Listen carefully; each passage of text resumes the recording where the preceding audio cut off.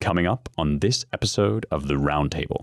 It's good to have PSYOPs because that will stop people from getting misled by misinformation. They might get led down the garden path by someone who's just irresponsibly presenting them with facts of all kinds before they've been pre-approved by the narrative that we have decided is the one that needs to move forward. It's increasingly strikes me that this is just all that they plan to do. They plan simply to arrange the facts moment by moment, the facts that they want us to think about moment by moment to fit the conviction that they already have.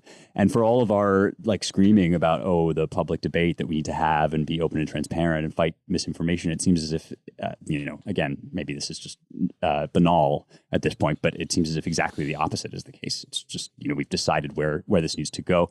And anything that sort of might nudge anybody to the contrary using their own two eyes and brain, that has to be squashed.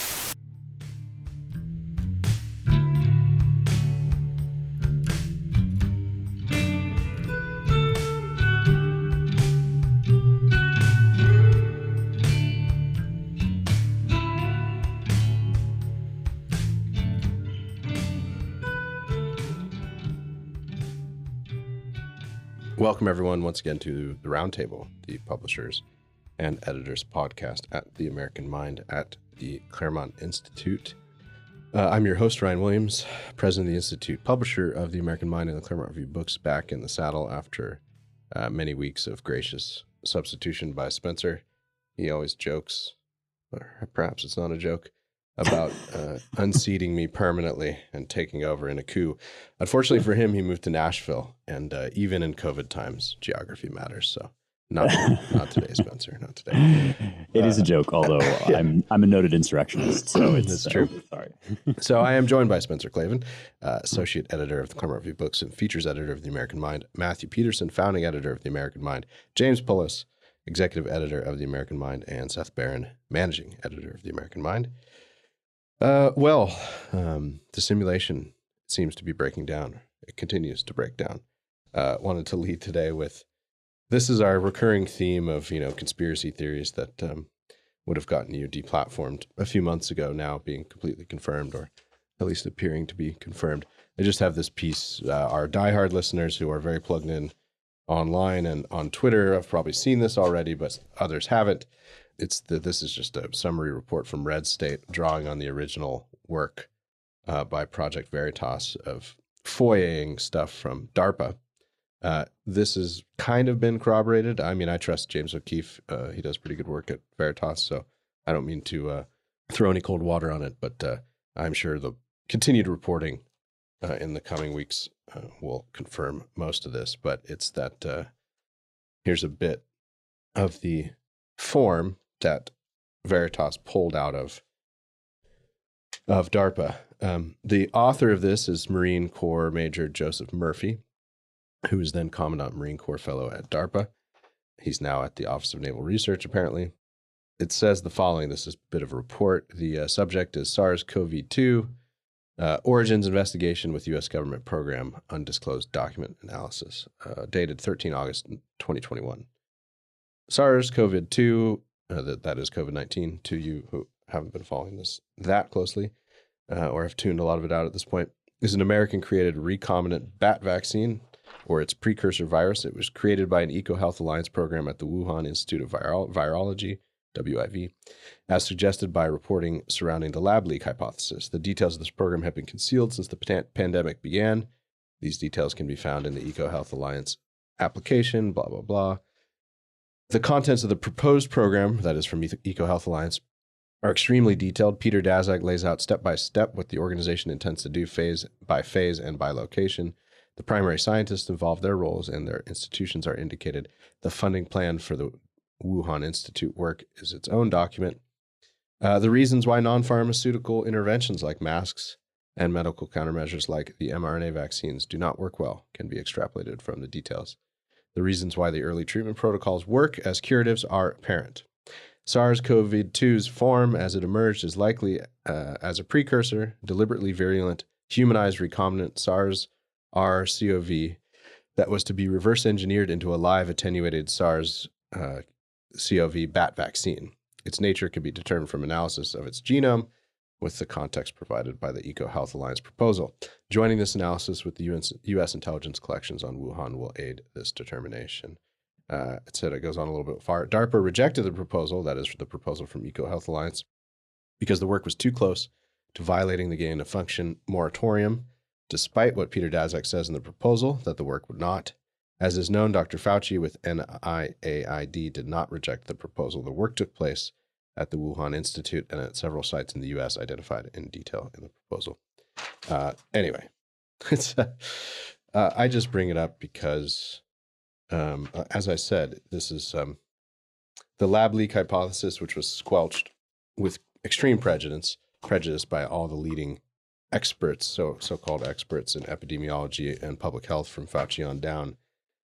More evidence has emerged this week as well that Fauci and some of his colleagues in emails suggested that the notion that this had come out of a lab should be suppressed because it would hurt international cooperation. It would give a bad name to this kind of research, and it would give a bad name to this kind of research being done in Wuhan. So this is all perfectly obvious why bureaucrats would want to quash this behind the scenes, and why the mainstream media, such as it is these days, as a kind of lapdog for the administrative state and its various constituencies, would want to encourage that suppression. It's there's this running meme on Twitter that after 3 or 5 or 6 months ago, Alex Jones is proven right about all of his conspiracy theories. It's a bit of an exaggeration, of course, but this is in that realm. But I will also add that it's in the realm of not just the fringe of right-wingery predicting outlandish things that then come true, but I mean, this is more or less been the received wisdom, or at least received speculation for the most part on the right more generally, and especially on the online right at the American Mind and elsewhere, where we're always pretty skeptical of the official narrative. So it's kind of, at this point, it's like ho-hum. I mean, I wonder how the larger public is going to respond to this. But it's just the continuing narrative collapse of the establishment is staggering and surprising even to me. I really underestimated the extent to which a lot of this would come crashing down. What we do about it or what we do to prevent it in the future is probably the more interesting question. Well, the thing where, we're not allowed to talk about or entertain this research because it might give this sort of medical work a bad name is really, really astounding. I mean, surely if that's true, then maybe it should give this kind of research a bad name. I mean, if in fact our efforts to, weaponize viral infections are causing, all sorts of, are prone to cause all sorts of global disasters that will be, endlessly increased and prolonged by the efforts of the people who caused them to cover them up, then I don't know, just maybe the American people in hashtag our democracy ought to know that, so that they can hashtag have free and open debate and hashtag vote about things that they might not find so palatable. And I know that it's naive to expect from Fauci any actual commitment to anything like, rigorous and robust public debate with all the facts in front of us. But we continue to see that, the people who cry most loudly about science actually don't believe in empirical data and debate and verification at all. They begin from certain moral convictions. You might even say certain theological convictions about how the future of the world ought to go. And every piece of evidence to the contrary, of which there are now increasingly many, as you say, Ryan, just piles upon piles, pushing at the doors to come spilling out, piles of evidence of failure and disaster and incompetence on the part of the people who are supposed to be leading us into our brightening future. All of that just has to be kind of shoved away, demonized, denigrated, identified as a conspiracy theory. And actually, you know what? PSYOPs are good. We had this in the Financial Times recently, right? It's good. It's good to have PSYOPs because that will stop people from getting misled by misinformation. They might get led down the garden path by someone who's just irresponsibly presenting them with facts of all kinds before they've been pre-approved by the narrative that that we have decided is the one that needs to move forward. It's increasingly strikes me that this is just all that they plan to do. They plan simply to arrange the facts moment by moment, the facts that they want us to think about moment by moment to fit the conviction that they already have. And for all of our like screaming about, oh, the public debate that we need to have and be open and transparent and fight misinformation, it seems as if, again, maybe this is just banal at this point, but it seems as if exactly the opposite is the case. It's just, we've decided where this needs to go. And anything that sort of might nudge anybody to the contrary using their own two eyes and brain, that has to be squashed. Well put, Spencer. I just wanted to read, we will keep our self-horn tooting to a minimum today, but I just wanted to read this I have this 14-point bullet point. It's not that long, don't worry. From a pretty senior health official in the greater Los Angeles, Orange County area who studies a lot of this stuff quite a bit. And this is his predictions for the coming couple of months. And you will notice a lot of these themes from how the American Mind crew has been talking about this pandemic for quite a while. Close to 100% of the positive cases in Massachusetts are Omicron. Delta is almost completely gone from New England. This surge will peak sometime between January 10th and the 21st, and then begin a quick downhill journey of 2 to 4 weeks. We will end up with a 20 to 50% positivity rate. February will be cleanup mode. March will begin to return to normal. Omicron lives in your nose and upper respiratory area, which is what makes it so contagious. It isn't able to bond with your lungs like the other variants. The increased, I should state for the record, this is a secondhand report. We're not offering any medical advice here on the American Mind. We just report the news as it collides with this weirdness of the pandemic as it's now in year 3. The increased hospitalizations should be taken with a grain of salt, as most of them are secondary admissions. In other words, people coming in for surgery, broken bones, et cetera, who are tested for COVID. We won't need a booster for Omicron because they wouldn't be able to develop one before it's completely gone, and we're all going to get it, which will give us the immunity we need to get through it. COVID will join the 4 other coronaviruses we deal with that cause the common cold, upper respiratory infections, RSV, et cetera. It will become a pediatric disease, mainly affecting young children with no immunity. 40% of those infected will be asymptomatic. Rapid tests are 50 to 80% sensitive to those with symptoms, only 30 to 60% sensitive to those without symptoms. That's not really news to most of us, I don't think.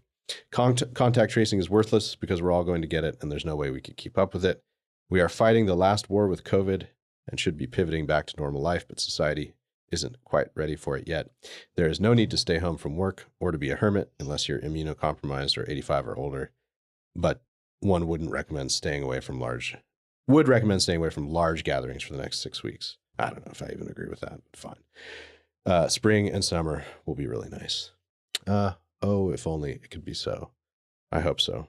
I've been having offline conversations with laymen and experts alike, and this seems to be the excitement about Omicron is, and you see it in some of the narrative shifting amongst our elite betters, from Jake Tapper and the media establishment types down to Walensky, the head of the CDC, and others, and even Biden admitting that, this is really a state-based issue now. The feds can't really do anything about it.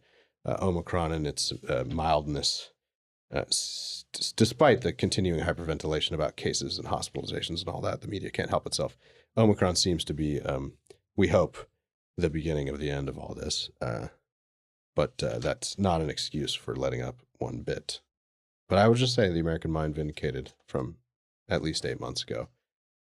Long before even Omicron, even slightly or deadly Delta, I think should have been approached mostly the same way.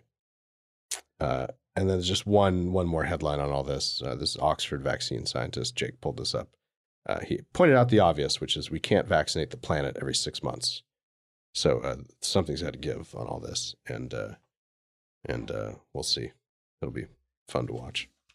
Well, what's interesting is we're seeing the Biden administration, the media, the elites definitely are pivoting on this. They want to get away from it as soon as possible. They just want to declare victory and move on. I mean, it's no longer politically useful to them. In fact, it's now the opposite. But what's interesting is, they've unleashed, they effectively enabled and put in charge of, the culture.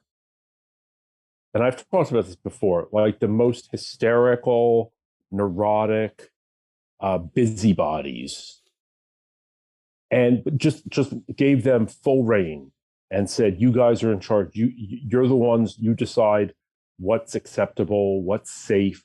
I mean, I guess everybody probably saw the thing about the people in some office, and they were having Zoom calls, and the manager sent out a thing saying that one of the members of the team feels uncomfortable seeing unmasked faces, so everybody has to wear a mask on their Zoom call.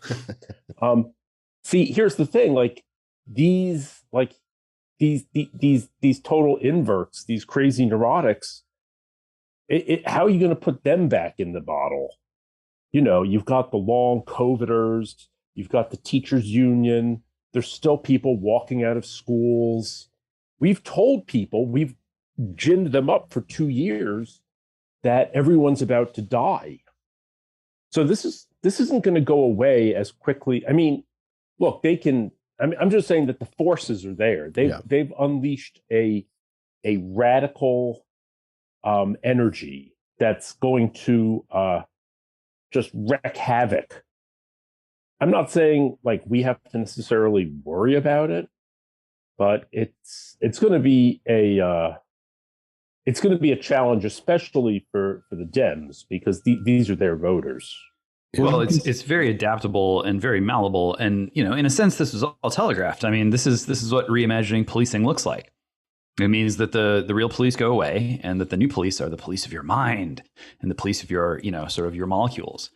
And once these forces are unleashed, they can be readily applied or redirected to any other sort of comprehensive crisis that is ginned up or receives a blue check and becomes an official crisis around which all social energies must flow. We see this happening at the top. I mean, you can toggle very easily between the COVID crisis and the climate crisis. Peter Daszak, is a British zoologist who comes to the U.S. in the late 90s, starts in with the Centers of Disease Control, winds up just a couple of years later, 2001, heading up a sort of consortium, some kind of think tank on a newfangled form of epidemiological science that catches into vogue and grows over the course of the subsequent 20 years, which ends up getting called One Health. And One Health is this idea that human, animal, and ecological health are actually all one thing, and we can only treat them and address them as a policy matter in this holistic kind of way. And so in flows every kind of NGO that you can imagine into the governance process. These things that we call NGOs, non-governmental organizations, I mean, it's almost an oxymoron at this point.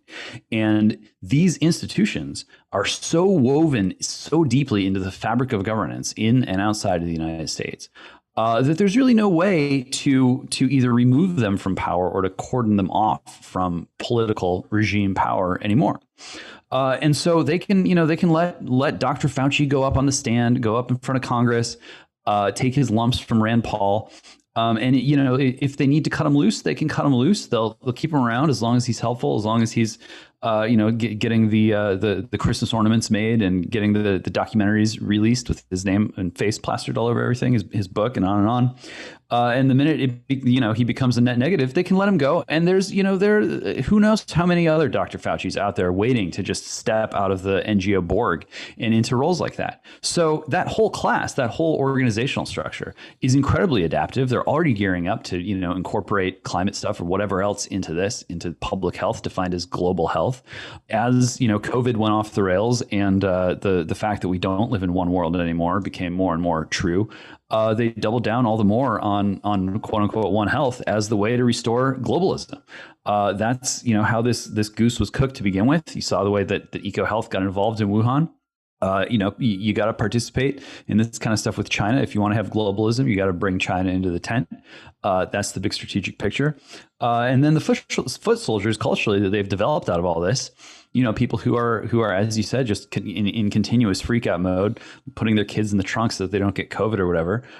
These people have, the real long COVID is this sort of mass psychosis, you stole my line, derangement. Sorry. That's okay. This derangement that, it's not just going to, oh, thank God COVID is over. Thank God Omicron's mild. So now we can go back to normal. They don't want normal. They want to create a new normal, and they want to be in charge of it, and they want to force you to do what they feel you must. And there's no indication that any of this is going to wash away, other than in the ultimate sense of people just finally not being able to carry on. I mean, a lot of these folks, are already on prescription drugs to begin with. A lot of them are heading now into the later half of their lives. And it gets to a point, where they just turn inward or find it impossible to face the day. Birth rates sinking, testosterone levels going down. I mean, these are all hallmarks of a kind of exhaustion that might be the only thing that really starts to taper this kind of mass psychosis off. Yeah, and you see the collision too of long COVID in the sense that we're talking about, the sort of mass psychosis, the appropriation of government, sort of endless government emergency powers. It's I forget where I saw it, but someone raised a good point on the internet the other day, yesterday, which was it's remarkable the extent to which we're still pretty blasé across large swaths of the federal and various state establishments that 2.5, 3 years into this, we're still operating under emergency powers, and legislatures have not stepped into the breach. Now, we shouldn't be the good students that we are of the way modern government is done. We shouldn't be that surprised by that sort of permanent government by exception, run by bureaucrats, seems to be the way things go these days. So that's not that surprising. But you see this health governance apparatus that was supercharged by COVID clashing and more merging with the latest fads in racialism too. Aaron Sabarium, young friend of the American Mind, and I think we've even published him a few times, did some good reporting for the Washington Free Beacon, pointing out that across quite a few states now, your ability to get treatments for COVID will be staggered and rationed according to your race.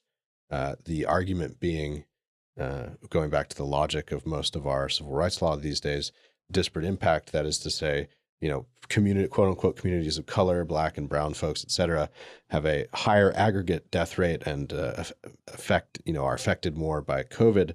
Thus, as a class, they are due some restorative justice or reparative justice. And the way to do that is to bump them ahead in line, even over higher risk people of the wrong race, that is whites, when they need treatment. So it's the predictable conversion of the kind of leading edge of a couple of our ruling class obsessions these days. And it's, we all just need to have an eye out for it. They're going to crop up increasingly. James brought up climate change.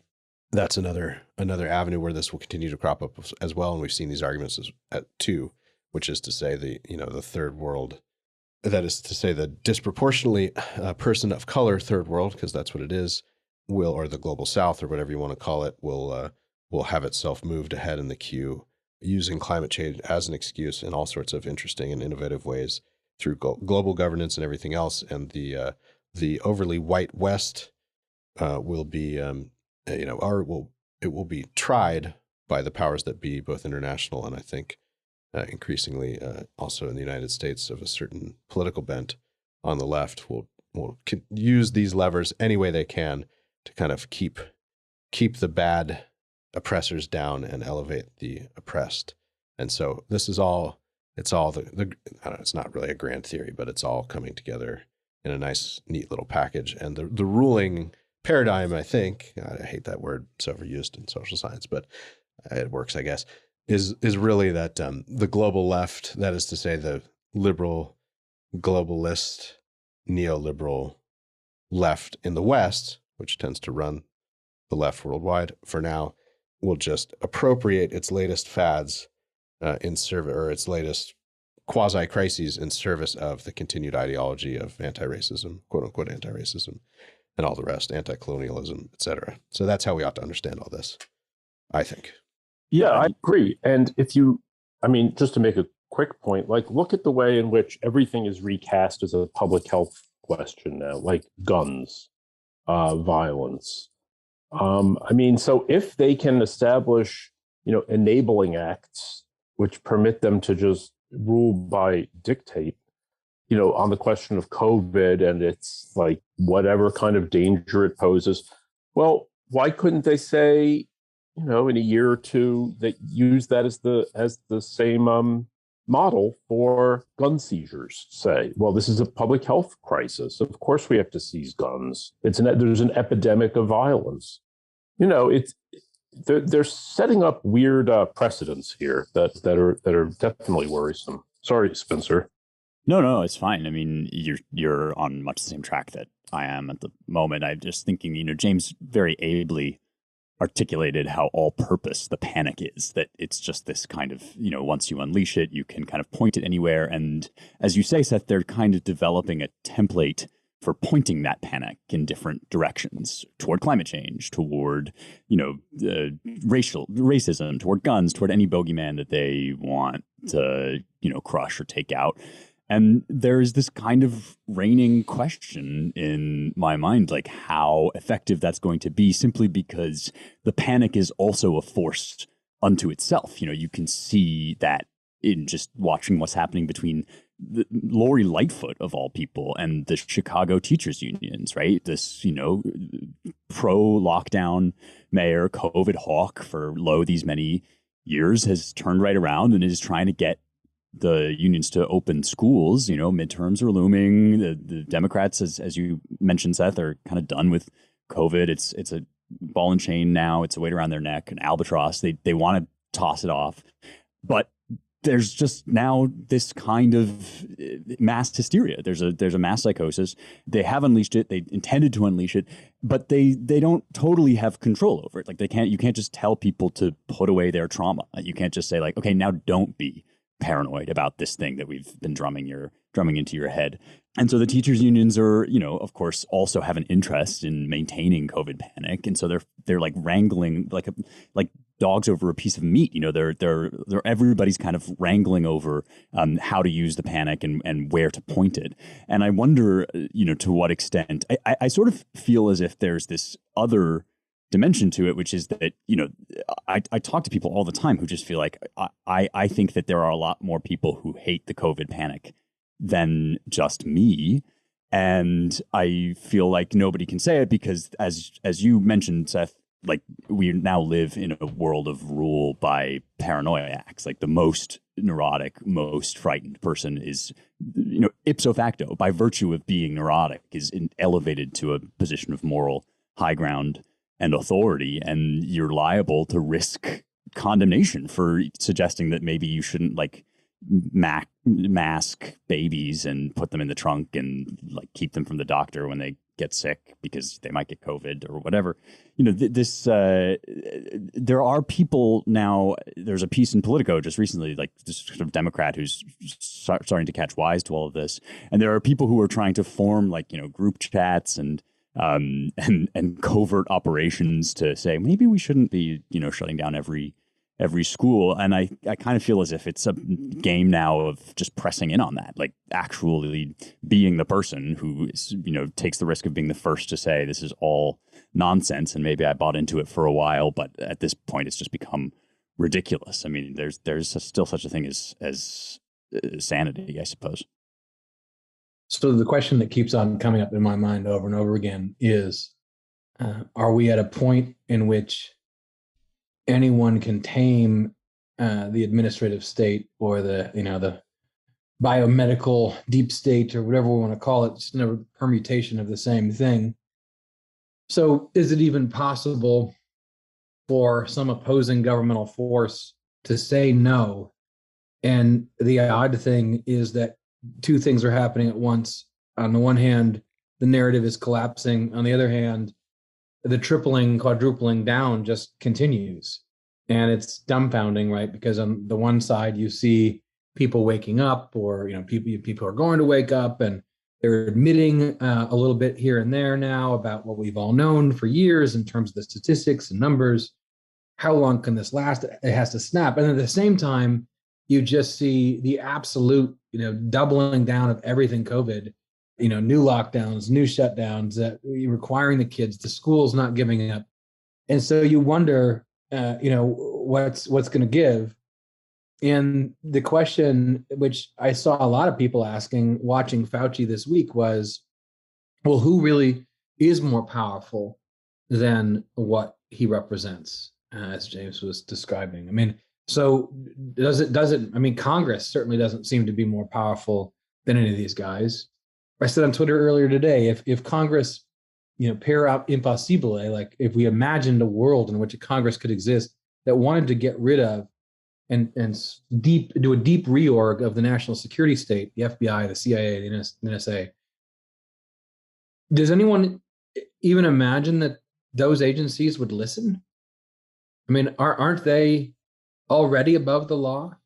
I mean, Congress, they've already stymied Congress. Congress can't pass laws. It doesn't really legislate anymore. But let's say it did. It's really hard for me to imagine those agents. They would create a narrative that'd be all over the press, and they'd have all their minions say, no, this is an unconstitutional law. Or this law is not really a law.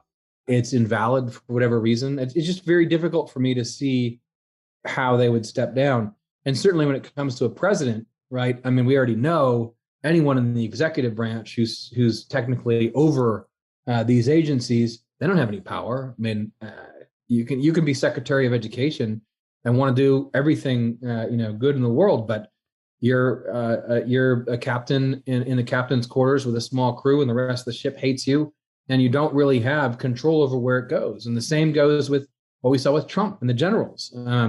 At some point, this is going to be tested, and we're on that collision course. It's being tested, and you have to ask yourself, what entity is actually more powerful than this Borg that seemingly can do whatever the hell it wants? And I don't know what the hell the Supreme Court is doing this week either, right? As of this recording, we don't know what are they doing? Where are they?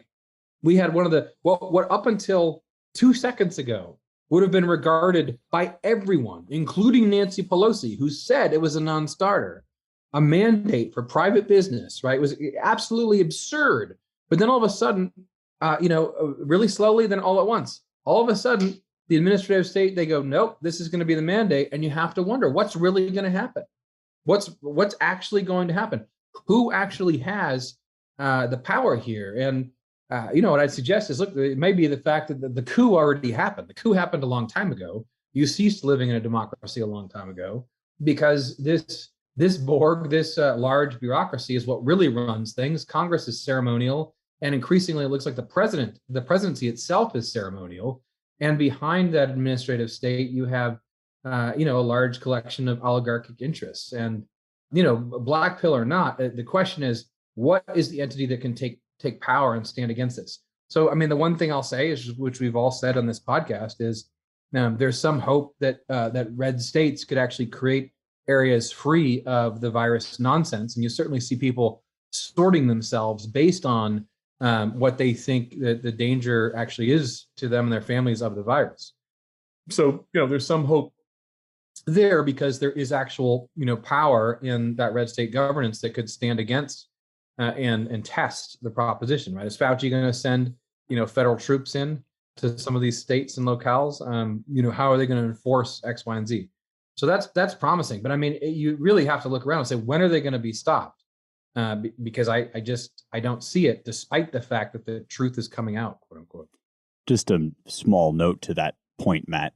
We expect to hear from the Supreme Court tomorrow on Thursday. So I guess the day that people will listen to this podcast, about the oral arguments, the vaccine mandates. They had a good ruling in the district courts and then a very bad ruling in the district courts, and that's where they're at. I was having a discussion with one of our supporters yesterday at lunch, and we were talking about elites, and he was taking. I was trying to make the argument that elite is not really a classification of a merit in the way that I mean it. It's classification of position or place. And his point was, I mean, who's the elite? The Supreme Court? I mean, and he was referencing the fact that we had no fewer than 3 Supreme Court justices in oral argument, re COVID, saying, Breyer was saying, I mean, it was a slip of the tongue, but still just indication of the mushy-headedness and all this, that that 750 million people are infected with Omicron. You had Sotomayor saying that that Omicron was as deadly as Delta and that there were 100,000 children on ventilators in hospitals. And then you had Elena Kagan saying, well, masks are good and very effective, and you need vaccines to prevent transmission. And his point, our supporters' point, was these are your elites. They don't seem that elite to me, which was a fine point.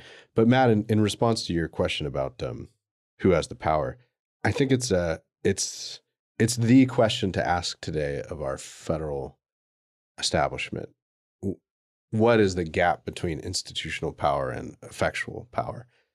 Because my response to you institutionally would be, of course, Congress has the power. I mean, they could defund the intelligence community tomorrow if they wanted to, and those people go away because they won't get paid. Our current intelligence community, or at least the embryo of it, was passed in major legislation reforming the defense apparatus of the U.S. government and the intelligence apparatus of the U.S. government and the executive of the U.S. government around the problem of the Cold War, in the Eisenhower administration. So something like that could happen again. But your point is well taken in a few senses, at least. Very few people in Congress even know how to legislate anymore. That's a fine point. We haven't done regular legislation, regular appropriating for 3 decades or so. Most Congress people and certainly staffers don't remember how to appropriate properly. So they've pulled one way in which committee chairs and senior committee members had real authority over administrators, over executive officials, and over bureaucrats, which is to say they actually used to be able to put the fear of God into them because they had real agency by agency control over their budgets.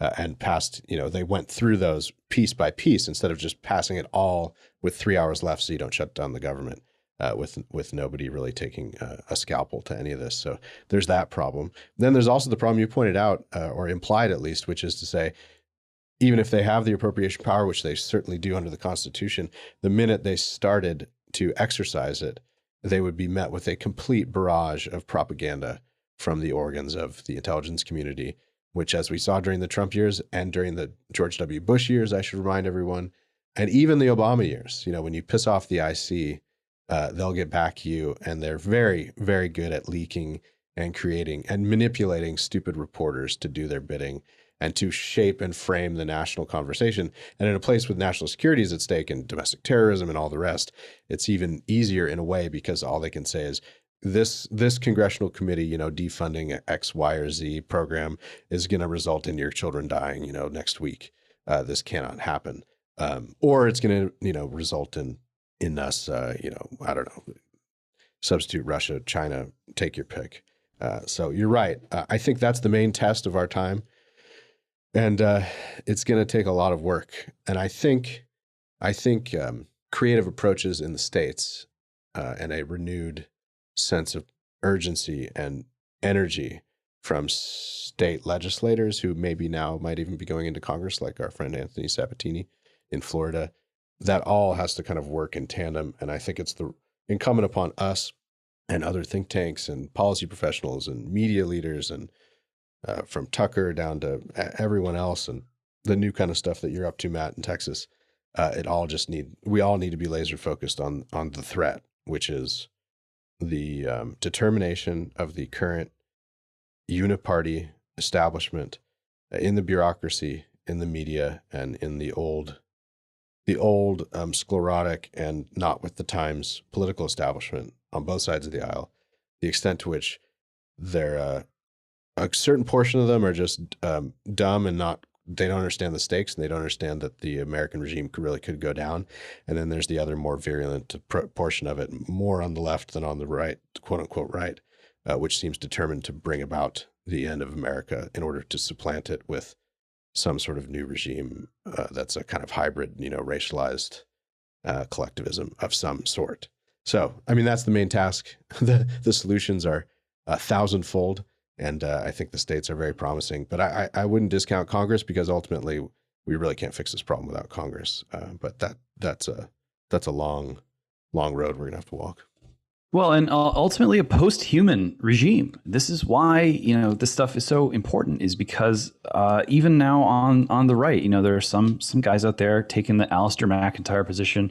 There are no such thing as rights. This is just some craziness that was concocted during the Enlightenment. And that's when everything started to go downhill. And to the extent that we can be convinced, cajoled, and corralled into a form of government and a form of life where the line between our human identity and the identity of our machines, visible and invisible, is blurred away as a matter of state regime policy, natural rights become a distant memory that fades away. People no longer occur to themselves as having a human identity and no longer understand as a cosmological and theological proposition that we have intelligible properties within us, the violation or abuse of which constitute injustice. The whole concept of justice transforms when you transform people's identity away from their human identity and into a cyborg identity. And this is not abstraction. This is justice Sotomayor, wise Latina woman. Talking about the vaccine, OSHA, through the agency through which all of these mandates are being promulgated, she says, why is a human not like a machine, which OSHA can regulate, if it's spewing virus? This is a pattern of thinking coming from the very top of this regime. And unless it is strangled in the cradle before it gets completely out of hand, which, it's spreading fast. People are losing contact with all that came before, and they're looking for something to grip onto. And this is what's being offered. But we still have a fighting chance. And we have people, just the common sense of the American people, such as it is still there. When people hear Supreme Court justices, the leading doctor of the regime, folks at that level, raising nakedly the suggestion that, people and machines, really these things are kind of interchangeable and they're merging together anyway. And, what good has humanity done for us? Human supremacy is bad for the environment. Human identity is, exclusivist. I mean, Josh Mitchell wrote something for us at the American Mind quite a while back when he said, look, where does identity politics end? Does it end with overthrowing the hierarchy that has human beings at the top? Is it bad to be a vertebrate? How deep does this spirit of vengeance against the hierarchy of nature go? And that's the kind of question that people are trying to answer by depicting the end of our humanity as the only possible path of progress for humanity towards some kind of, pure justice situation. This is the kind of thinking that, in years past was restricted to Gnostic theologians, eccentric philosophers, people at the far margins of society, at least most of the time. You can ask about Queen Elizabeth's chief magician and various alchemists and, the creator of the golem and so on and so forth. These strains have run through Western civilization for a long time, but never before. I mean, we've had cultural cartels since the dawn of time. Never before have we had a really transhuman cultural cartel. And that's what we're looking in the face right now. And, if you can't mobilize political action against that, then I don't know what you can.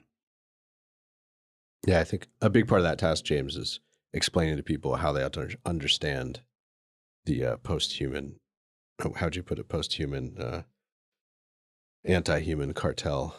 That's, I think, one of the challenges. Because, normal people, normal voters, I think, I will state, as I've stated here before on this podcast, I think one reason for optimism is that most Americans are not that ideological. I think we spend our time talking a lot and studying a lot and immersing ourselves in and critiquing a pretty elite, and all I mean by that is sort of rarefied, I don't necessarily mean to imply anything good, phenomenon, which is the national media and political conversation.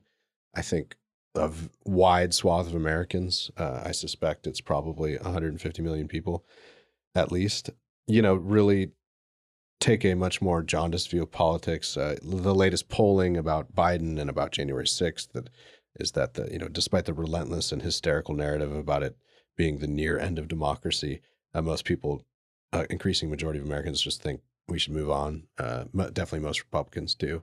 And, that's not a cabal of 75 million Republicans who, secretly think January 6th should have succeeded and we should have overthrown the government or something like that. It's just that they saw it for what it was, a kind of a riot, unfortunate in some ways, but nothing like the biggest assault on our democracy since the Civil War that the left makes it out to be. So that's part of that coalition, I think, James, that you think rightly that we need to mobilize against this. Part of the reason for all this kind of tone and madness, and I hope what we are picking up as kind of losing of interest of a lot of people for all this, it's just the relentless demagoguery exhibited by this White House on this kind of stuff. And I just wanted to raise this, in many ways, ridiculous and awful speech that Biden gave in Atlanta yesterday. Kamala talked a little bit before. Her normal kind of histrionics preceded Biden.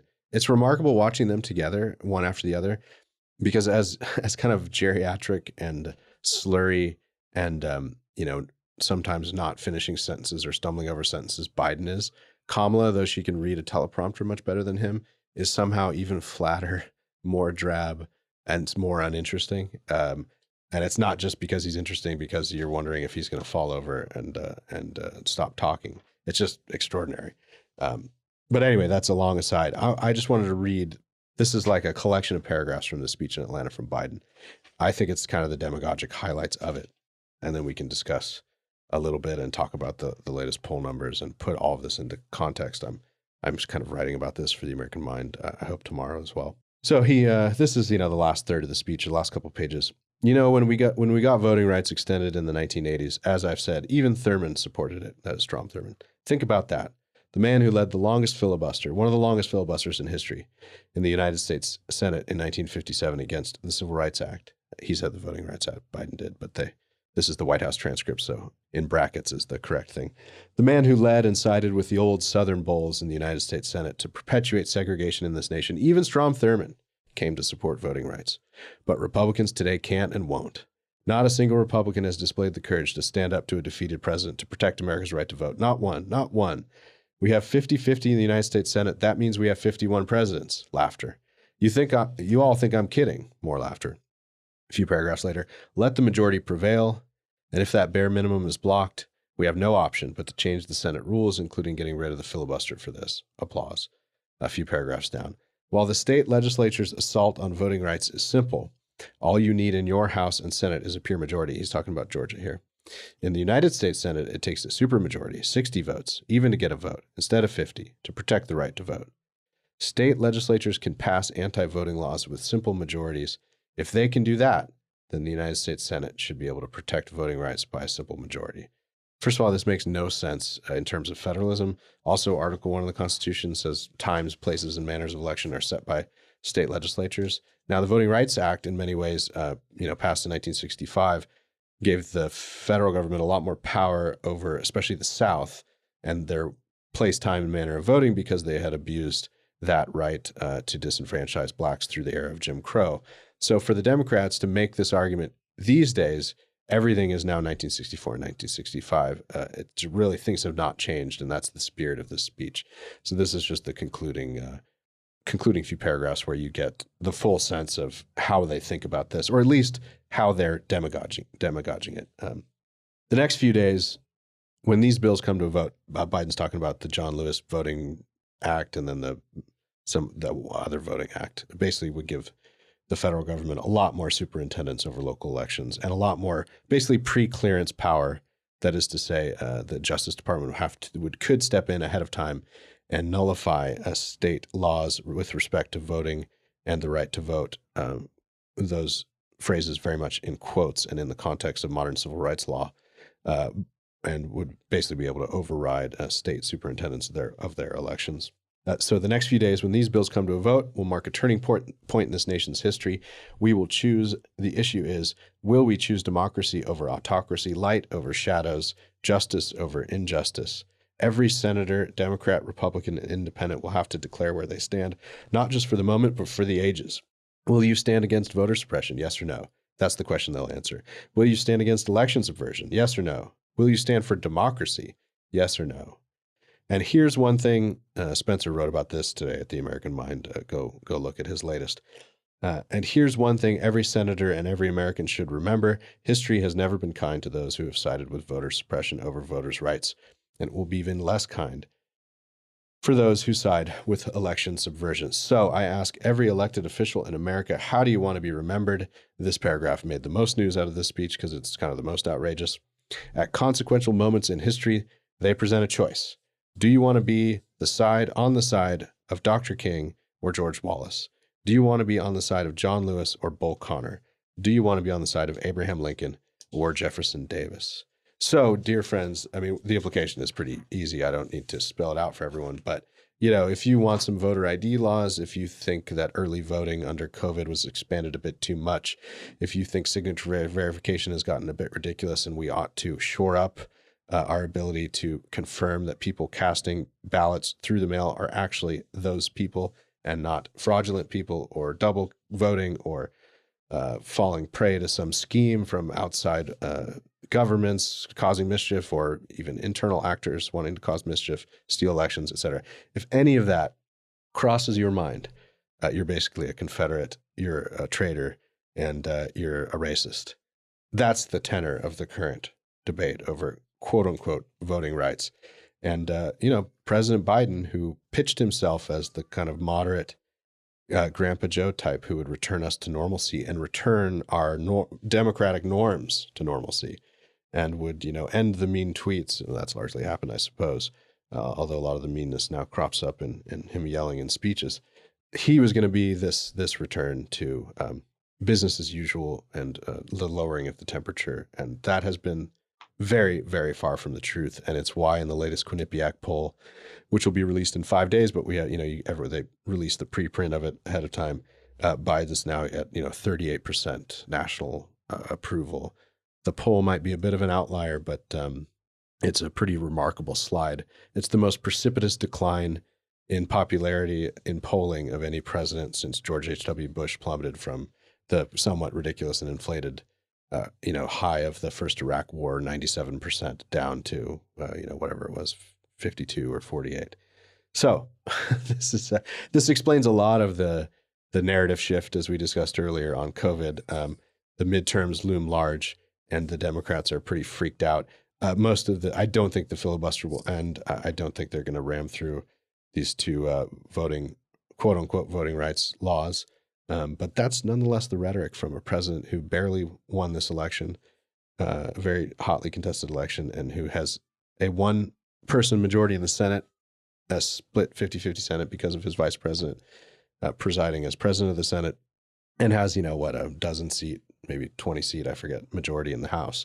And yet they're acting like they've got the mandate of the Great Society, and they're doing the work of the Lord on the side of ending Jim Crow. It's just the disjunction between reality and narrative on the left, I think, is taking its toll, and rightly so. And so that's one reason for optimism, I think. This just is unsustainable. And most Americans, to the extent they pay attention, just aren't buying it. Okay, I'm just digging into the Quinnipiac here. Like as you said, overall 33% approved for Biden. GOP, of course, 2% approve. Dems only at 75, which is kind of eye popping in and of itself. But then you dig down here, and I mean, you got independents 25%, men 26%. White 32%, and Hispanic 28%. So Hispanics are now less favorable toward Biden than white voters generically. This is just one poll here, but we've been seeing these patterns emerge over the course of the past several years. And the other thing notable about them is that there's no indication that they've hit bottom quite yet, and they're still in this administration, in this term, a long way to go. Yeah, and it. Oh, sorry, Spencer. No, go ahead. Well, all I was going to say is it's amazing that this is the guy who a couple of years ago was bragging about how tight he was with James Eastland and Senator Talmadge. I mean, because we're talking about someone who's been in the Senate, who was in the Senate for so long, whose career is so long, that he really had the opportunity to serve and be colleagues with actual segregationists, like in his party. And he was like, tight with them. These were his mentors at the beginning of his career. And that he now has the gall to stand there and say this stuff. But also, it's just interesting to see how they keep amping up the rhetoric, which nobody really seems that compelled by.